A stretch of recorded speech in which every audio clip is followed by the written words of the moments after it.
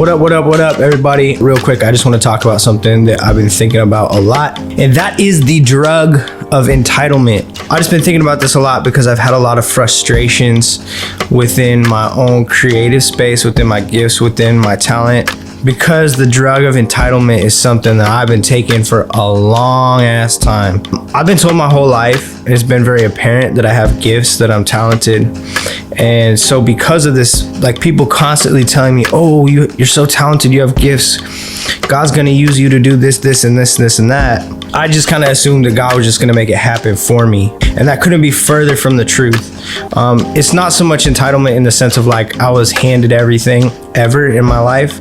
It's more related to what I want to see happen with my creativity. And this kind of this idea floating around in the church of like, okay, you have this gift, you have this thing, and you're gonna do great things with it. And not that that won't happen, but the gifts that God gave you require so much work.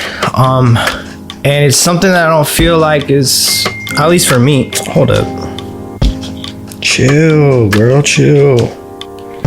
At least for me, I haven't been taught that like those gifts require that work. And whenever you look at scripture, anyone that felt deeply convicted about something, or they're in their ministry, or Jesus, like even Jesus had a job.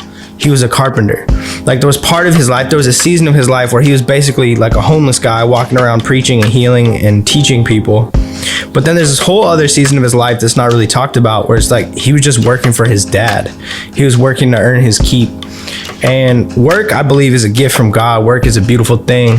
And I've had all kinds of jobs. Some I like, some I didn't. Everything from barista to dishwasher to recruiter to teaching a basic job skills class.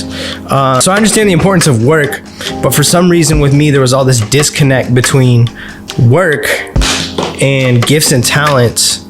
Just because I've been given the dream and the vision and the talent doesn't mean that I'm entitled to see the full result. Like I have to work that out.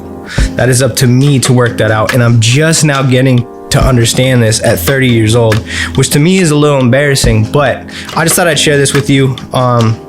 That yes, you have talents, you have gifts, you have visions, you have dreams, but they're not gonna work. They're not gonna happen unless you put in the work. God leaves us to do the work of making those things happen. So I just want to encourage you guys with that. It's been a kind of a rough one for me to wrap my head around, but I think I'm finally starting to get it. So